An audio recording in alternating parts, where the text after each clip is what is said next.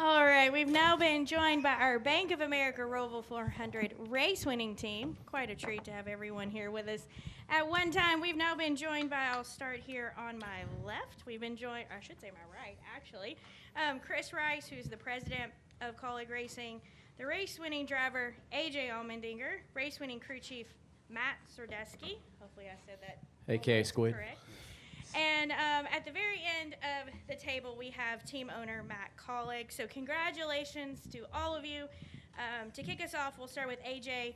AJ, you had a great lead there at the end, but I should say, there toward the end. There wasn't a big lead at the end, no. But also a lot of cautions, a lot of restarts. Take us through some of those final restarts and kind of what was going through your mind. Yeah, I mean, just with the new restart zone, just kind of unique on as you kind of throttle up, we're all going to be kind of bouncing off each other. There's nothing you can – it's so narrow through there, and everybody's trying to get it. So, when Ty got me kind of on that initial restart, it showed me what I did wrong. So it helped me a lot on the next couple of restarts of what to do. And, I thought the 54 might be the best car on longer runs there. I felt like if Kyle was behind me, like we had Kyle cover on the long runs because I'd ran around him the whole race, and I knew the 24 had just kind of been lying back there, 4th to 6th all day. So it's just trying to get the lead and try to get a big enough gap, because the only thing that we really struggled with was rear tires at the end of a long run, and that's kind of what we were fighting. So those restarts may have helped the tire life, but I would always have a good size, enough of a lead that I thought I could kind of pace myself, and then you'd have to go through the restarts again. So the biggest thing was just trying to change it up just enough to time it right, and it's track position based. So I knew if I could get in the lead, it was going to make it a difficult challenge for them to get around me, and that was just always the focus on those restarts. All right, we'll go ahead and open for questions now with the race-winning team here at the table. If you have a question, go ahead and raise your hand. We'll work to get a mic to you. We'll start with John Newby here up front. John Newby, NBC Sports. This question is for Chris and Matt. During the post-race celebration, AJ made it very clear how emotional he was because of all the anguish, the pain, everything he goes through, trying to help you guys grow. From your perspective, how much more impactful is it for you when you do see him have those emotional moments, that success, especially on a track where he's dominated so much in the Xfinity series? So before Matt talks, I'll tell you,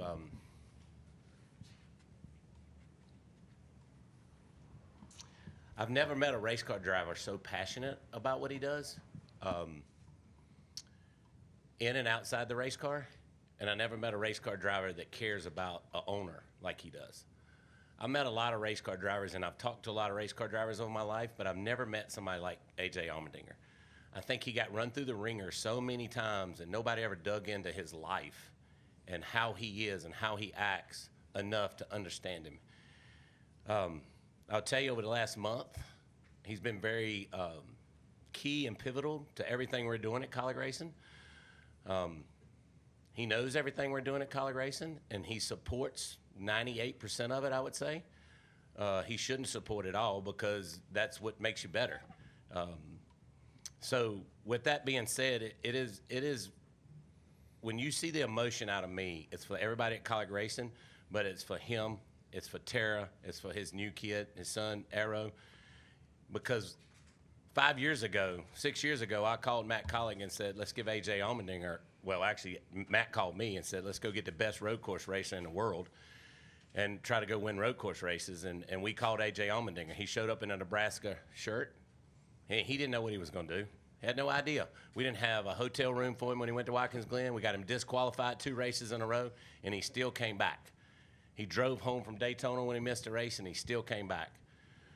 And that's the AJ we love. And when he gets emotional and he fires a crowd up, it's about that. It's when he fusses us out about winning and not winning and what we're going to do, how we're going to get better. He called me when our Xfinity cars were terrible this year, and he says, do you know how bad you suck? I said, really? Yes, I do.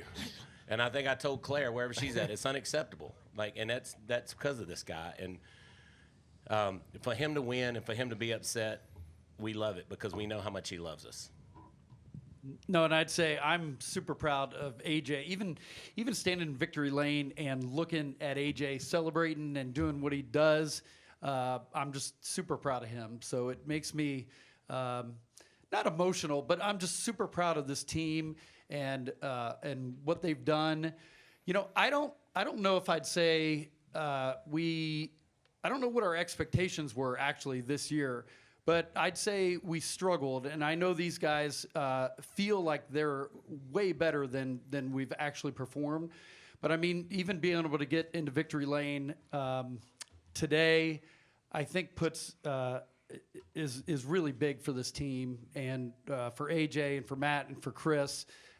So it's really cool, really proud. So that's how I felt, actually, just looking at AJ while he was celebrating, while he's doing all the interviews, and while he's getting all the pictures taken. But this guy has meant the world to me, meant the world to our team, and that's how I feel. All right, we're going to continue with questions. Steve Kaulig up front has a question.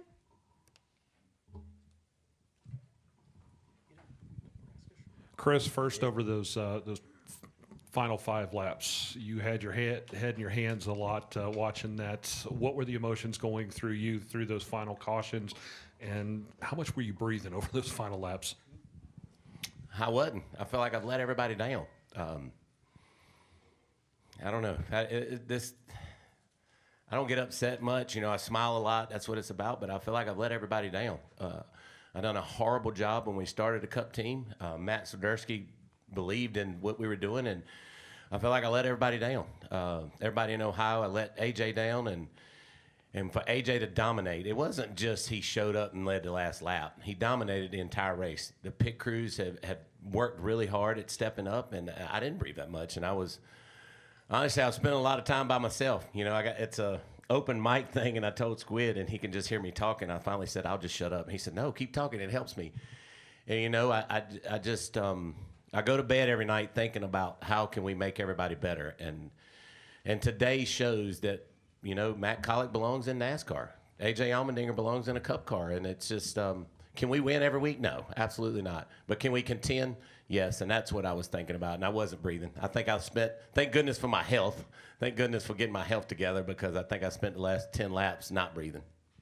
And AJ, for those final laps and knowing how this season has been, the frustration that's gone on with it, how were you keeping yourself mentally saying, okay, you know, I've got Ty looking for his first win, William there behind you, Kyle trying to get to the playoffs as well. How do you keep yourself pumped up and knowing that, hey, I can win this? Yeah, I mean, it's, you know, I try to study a lot of not just, you know, the racetrack and things like that, but knowing where everybody's at in the playoffs and what they're racing for, because, you know, you're still going for a Cup win. Everybody's going to be aggressive, but there's a different aggressive level, and there's desperation, and there's things like that. You know, I've loved racing against Ty over the last, you know, 4 years now, 2020 or whenever he started in the Xfinity Series. You know, I feel like me and him get along great. It's us going back and forth was a lot of fun. But with that said, you know what he's racing for. It's first Cup win. I mean, it's hard to do this. It's freaking hard. And, you know, I know there's certain teams and certain drivers that get a lot of opportunities to go win Cup races, but there's also a lot of drivers and teams that don't. So I knew Ty, you know, I thought we raced fairly clean for knowing what we were battling for.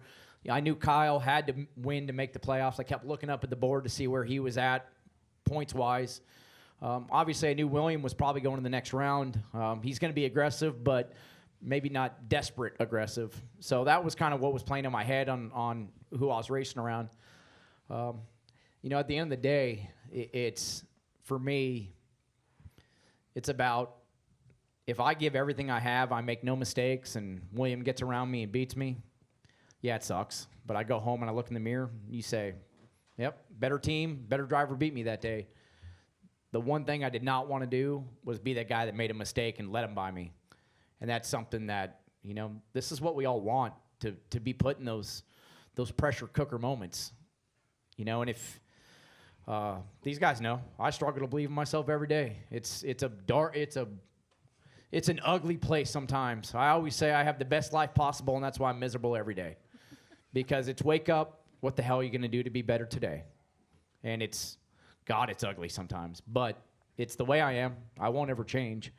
And those are the moments that I dream of knowing, hey, you got the best of the best in the world behind you. It's on you to not let them by. And, I felt like I made a couple of real small mistakes with the 24 behind me. The rear tires were starting to go. But those last 7, 8 laps, that's as perfect as I can drive a race car. And that's win or lose, but especially win. That's the stuff that you walk around with your chest out just that little bit, because it's very rare that I do that, but just walk around a little bit knowing when it's time, I can be as perfect as possible. All right, we're going to go to Shane here up front. And then if I can get a mic to Zach in the back, please. AJ, congratulations on this win. Going into this race, was there anything that you did differently in preparation, or just kind of your confidence level with how strong you've been on road courses? Yeah, me and Squid talked about that. If we won, we might not make Vegas because we're going to be hungover the whole week. So we really focused on that and where we were going to go to Vegas. We'll be in Vegas. Not sure we'll be at the racetrack, but that was pretty much our plan. We've done that before. Yeah.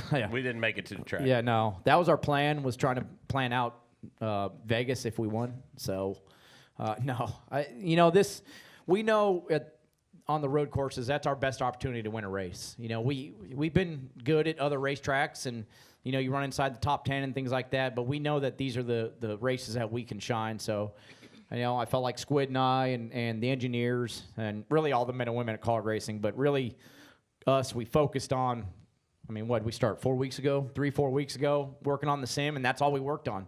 It's like, okay, Texas coming up. All right, we don't care. We're going to focus on winning the Roval. So, I think that's kind of what we did. And Squid, he's got a tough job. He's got to deal with me on the radio, screaming at him constantly, how to be better, things like that. But that's what I love about him, is there's no animosity after a race. There's no ups and downs with him. He knows how much I care and how much I want us to be better. And, I think we put that effort in the last 4 weeks, and, we unloaded yesterday and the thing was fast. And we talked about it. He made small adjustments. He made great adjustments during the race. Especially every team has to be, but, in our situation, you got to be almost perfect in a race like this to win it. And, I felt like all of us, we were. All right, we're going to go to Zach and then back up front to Jordan. Go ahead, Zach. Zach Sterniolo, NASCAR.com. AJ, going back to the restarts there, those last two, Kyle specifically, what's the relationship that you guys have with each other? And obviously you knew what he was racing for. You kind of touched on that a little bit, but especially that penultimate restart he's able to clear Ty to move into second. How did that factor into how you had to defend against him specifically? Yeah, it's good or bad to say, but I knew the guy I wanted behind me was Kyle, because we were quicker than him, and I knew if I could get Kyle to second, I could probably just drive away. Kyle has been fantastic to me my whole career, but when I started driving for these guys, especially when we in 2020 with the pandemic and not having any practice, Kyle Busch is a guy that I can call whether I'm racing against him in an Xfinity race or Cup race or whatever, and I just say, hey man, I need some advice, or how do you drive this place, or things like that, and he will call you back and for an hour explain every detail, and there's never a doubt in my mind that he's telling me the truth. That he's just going to do that, and I have that respect, and I have the same respect if he asks me a question about talking to him about it. So yeah, I knew he was going to race hard. I knew what he was racing for. But, I also didn't think he'd come clean me out or anything on a restart like that. So it was just about trying to lead into turn one and not really give an opportunity to let him get to my bumper. And I knew once we could get through a couple of corners, I could clear him and start driving away. That was always my focus. But, yeah, I definitely was trying everything I could to get Kyle to second on the restart, just to to know that like that could give me enough of a gap to just kind of settle in and drive away. All right, we're going to come up front to Jordan Bianchi. Go ahead, Jordan. Jordan Bianchi, The Athletic. This question's for Matt. Matt, yesterday AJ has said that he wants to be in, that he'd prefer to be in the Cup Series full time. We don't know about his future next year. Obviously, you guys are about trophy hunting. Why is it not a clear-cut decision to keep AJ in the Cup Series full time next year if that's what you guys are about, is winning races? Well, we do want to win races, and we love AJ. We just haven't all decided. Or actually, we're just haven't announced yet exactly what we're doing. I think we're pretty clear on what we're doing. We just haven't announced anything. So Well, I actually defer most of these questions to Chris. Okay, I'll ask Chris. All right, Chris, will AJ Allmendinger be racing full time in the Cup Series next year? Wait for the announcement. Okay. And then I don't know if he can do it. I don't know if he can win trophies. Me? Yeah. I mean, yeah. Can you do it? You have like what, Here's 20, the problem. 20, 21 banners for me in the shop? Is Here's that the right? problem. Yeah. We don't get to, so when he wins, we got to work tomorrow. When he won in Xfinity, we could party. We don't get to party with him. He won at Indy. We woke up the next day, and he was green because he'd been throwing up. We can't do that now. So, we can't- got to think about we our can't? life and have a little fun. Why we got to think? We can't? We got to work tomorrow. Sounds like a personal problem. So, I mean, looking at it from afar, though, why is it not a clear-cut decision when you have a talented driver who obviously can win at the Cup level? Why would you not want to keep him in your car? It is a clear-cut decision. We just hadn't announced it yet. Okay. And then maybe Matt, you can, or Chris, Chandler Smith, is he going to be returning to the Xfinity Series program next Why year? are you trying to rain down? We're celebrating a win here. I got Damn, this. Jordan, you're just. No, Jordan, I got it. You should talk to his agent. Talk to his agent? Yeah. Has he asked for a buyout? You should talk to his agent. Okay. We also won a cup race today, so that's pretty cool. Wow. I didn't know we could win if you Yeah. talked to his agent. Yeah. All right, we're now going to go to Matt Weaver, please. Right. Oh, sorry, right here. Nope. Matt started this crap this morning. I did. Matt Weaver, Sportsnot for AJ. You just talked about how the intensity level that you carry yourself out and how you're never going to change. And I remember you talking after 2018, 2019 about how there was burnout associated with that too. And so I'm curious, how do you live with that sort of red line, and what is the sweet spot that you have to find to center yourself or whatever it needs to be for you to be at your peak optimal performance? I'm first married to a unicorn, so Tara is nuts. No. What? And she looks good. Thanks.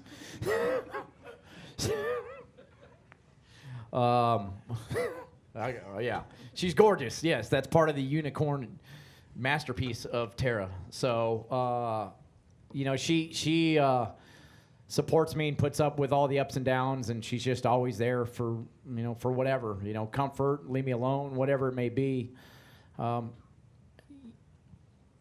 lot of it comes from the whole organization, but these two guys really, and then over the last year and a half, I guess we call it 2 years now that we've worked. We ran 7 races in 21. And so it's things like that my goal has always been, no matter what team I drive for, whether it's the owner or crew chief, men and women, pit crew, all that, they understand how much I care. That's the only thing I've ever cared about, is for them to walk. If they walk away and they say, what do you think of AJ? They can say he's an a-hole and he bitches too much, but damn, we know he cares. And that's they know I'm going to lay everything I got. So I've been better, and it's because of Matt and Chris. They allow me to be like that, and then when they see it kind of maybe going to the dark level of that, we go do something fun, and they bring me back, and we kind of start over again. So, but that's it. This organization over the last 5 years, I've said this before, but they've saved my life. Not just, living day to day, but the happiness of day to day, because if 2018 would have been it, I did some cool things, but there's always God, I wish I could have done some more. But because of them, I've won on every type of oval in Xfinity. got to kiss the bricks at Indy twice. We've just done a lot of really special things, and because of that, they've saved my happiness. Because now, if they wake up tomorrow and they're like, "Hey, you're old and you're done," I can actually just be happy with everything that's happened now in my career. And without them, I wouldn't have had that. I would have always had that little bit of misery of not doing as much as I wanted. And then as a follow-up for Chris, but really any of you guys can answer, because Chris has worked and been around so many racers his entire life, your entire life. Have you had to rewrite the rules for how you manage a driver when it comes to AJ, because AJ is such a unique character? 100%. Yeah, I mean, I have to not only manage him right, I got to calm Squid down, like on Mondays, and that's Matt Swiderski, his crew chief. So you have to read every person, right? I think I told you this morning, and you gotta understand what you're dealing with. We have 4 drivers: Justin Haley, AJ, Daniel Hemrick, and Chandler Smith, and Derek Kraus as our simulator driver. Plus, he drives some Xfinity for us, and you got to learn how to treat them all. I can't treat Daniel Hemrick and AJ Allmendinger the same. They're just 2 totally different people, and they actually probably became best friends over the last couple of years. I think AJ worries more about Daniel's career than Daniel does, and I think Daniel worries more about AJ's career than he does.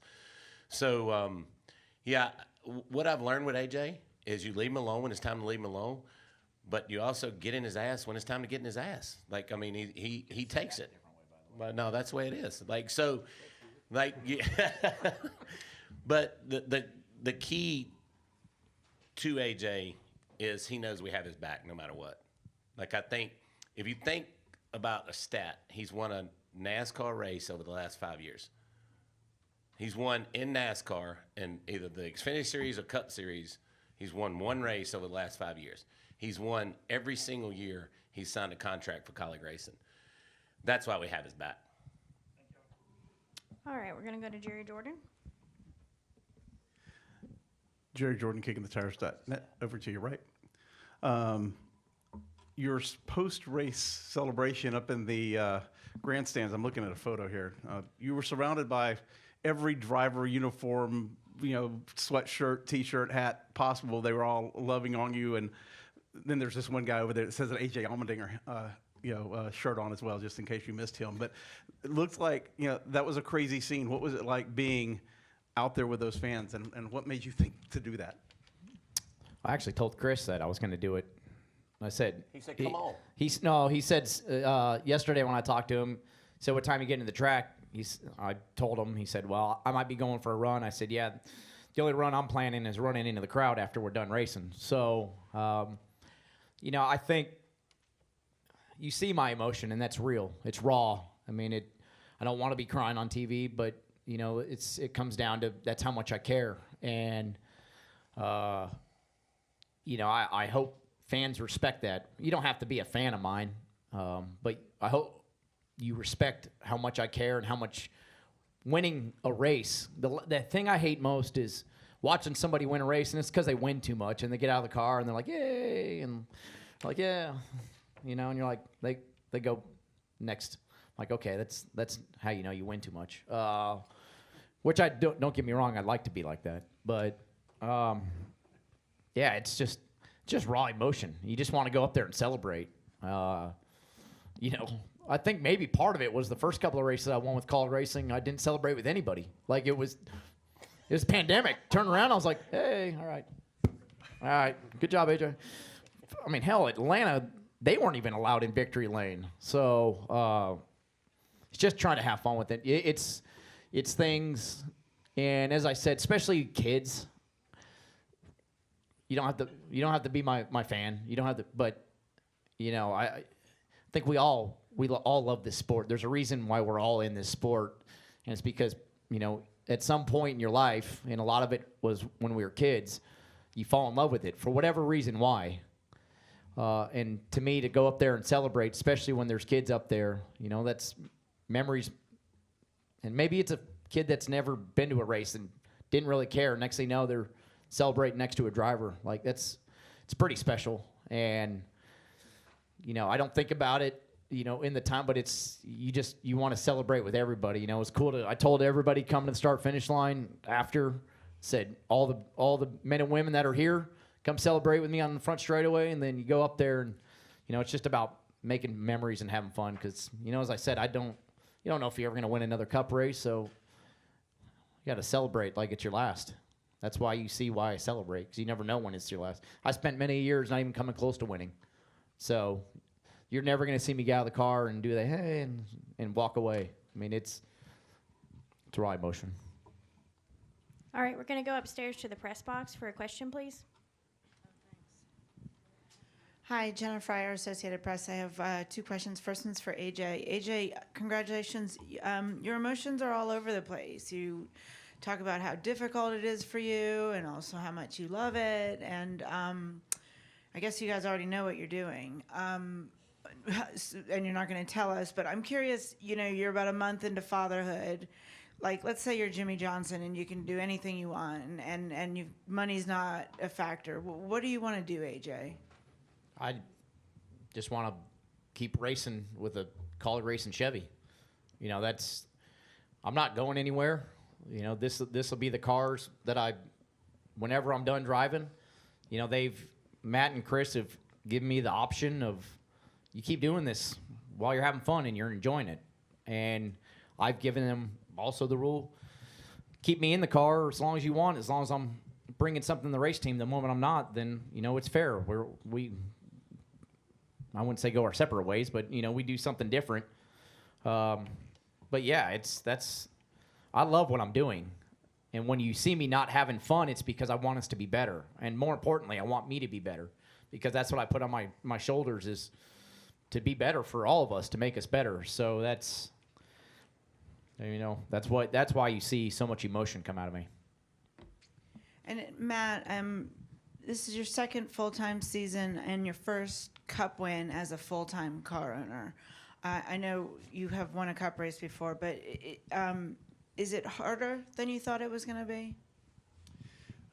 Yeah. I mean, I almost talk about it as being almost impossible. I mean, that's actually how Chris and I talk about it. It's like, these things are impossible to win, just because the talent level of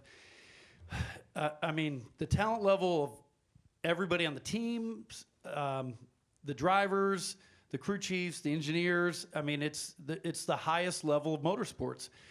And so it's a really, really hard, almost impossible thing to do. And, with AJ and with our team, we've actually now done it twice. Our goal, honestly, when I got into the sport, how many, 8 years ago, 9 years ago? Our goal was to maybe try to win an Xfinity race, like one. And, it was a pretty surreal moment, even standing there watching everybody run out to, like AJ said, to the start-finish line and congratulate AJ. I just stood on the pit lane or pit row or whatever, and just watched everybody. And it's a really surreal experience to say, what all the men and women and drivers and everybody else at Kaulig Racing have done and experienced. I mean, we just won our second cup race. And just how proud I am of Chris, how proud I am of AJ and of Matt, and again, all the men and women at Kaulig Racing of what they've accomplished over the last several years. But it's just a really surreal experience, and I'm really proud of them. I'm proud of them for them.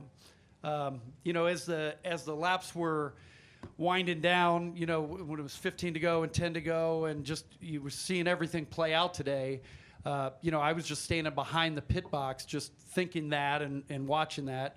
I've got my name all over it. There's Kaulig Racing, there's Kaulig companies everywhere, and there's Leaf Filter, my company that I started in 2005 that's all over the cars, and seeing all of our sponsors and seeing all the employees that have worked for us now for literally years. Just really proud of them and proud for them of what they're accomplishing. So really, really grateful. All right, we're going to come back downstairs. Can I get a microphone to Andrew Curlin, please? Andrew Carlin, Dirty Mo Media. AJ, this race seemed like there was a lot more action throughout the field, more natural cautions in the last two. Is that a result of racetrack, being an elimination race, desperation? Like, what were your thoughts on that? Yeah, I mean, I think obviously the stage breaks, they kind of bunch the field back up, and you got the saying, cautions breed cautions. But I think some of it's the racetrack as well. It's especially in the infield, it's easy to make a mistake and slap the fence, and it's easy to get into somebody. And with it where we're at in the year, we're all racing for something, whether it's championship, it's trying to make it to the next round, it's best position possible in points, or you're searching for a ride. Everybody's kind of probably on edge. It's a long season. So, I think that's a lot of the reason you see so much aggression level, and then especially at the end of the race with all those cautions, it's just everybody's gonna start taking and no gives. So I think that's probably a big reason of why. All right, we're going to come up front to Bruce Martin. Bruce Martin with Speed Sport and Forbes. Probably two of the most challenging road courses that you run on are here and at Indy, and you won both. So in a lot of ways, I mean, if it's a tough race course, I guess you're the guy that's ready for the challenge. How do you describe being able to master both of those? Well, I mean, it takes a great race car for sure, and takes everything kind of working out the right way. I've grown up road course racing, right, Bruce? I mean, that's part of what I love about it is I feel like that I can, driver can make a little bit of a difference. It still takes an amazing race car to go out there and do it. I thought last year here we had a real shot to win the race, and it just didn't play out, the way we wanted to. But a lot of the credit goes to Squid, just because he worked so hard at the shop, kind of in the leadership role of overseeing the Cup program and kind of trying to figure out which direction we need to go. Obviously, Chris has got overseeing everything, but with Squid, we've had some road courses this year, early in the year especially, where we probably struggled a lot. Chicago was a race that we completely missed it and just struggled. But I feel like over the last few, we've had a lot of speed. Indy, we missed it early in the weekend and put us behind, and the race just didn't play out the way we wanted to. Watkins Glen, I thought maybe we had one of the cars to beat, just couldn't get up front. So, yeah, I mean, that's when we have a good race car and, we do the things that we know we're capable of doing. We know we can at least be up front at any type of racetrack. But, as I said, we know these is, we can go out there and win the race. All right, apologies. I'm not going to get to everyone's question tonight, so I really do apologize for that. But we've had them up here for 30 minutes. So I do want to be respectful of their time. AJ still has a couple more interviews he has to do, a couple more appearances. So I do want to be respectful, but thank you guys for all spending some time with us. Congratulations again. And Chris, it sounds like a few of these people made you answer questions twice. Thank you, guys. I think they did. But to you guys, thank you guys for what you do. Sometimes I go to look at all y'all's pages to see when it's rained out. So seriously, thank you. We know you spend a lot of time doing it. From us, we appreciate you guys. Thank you.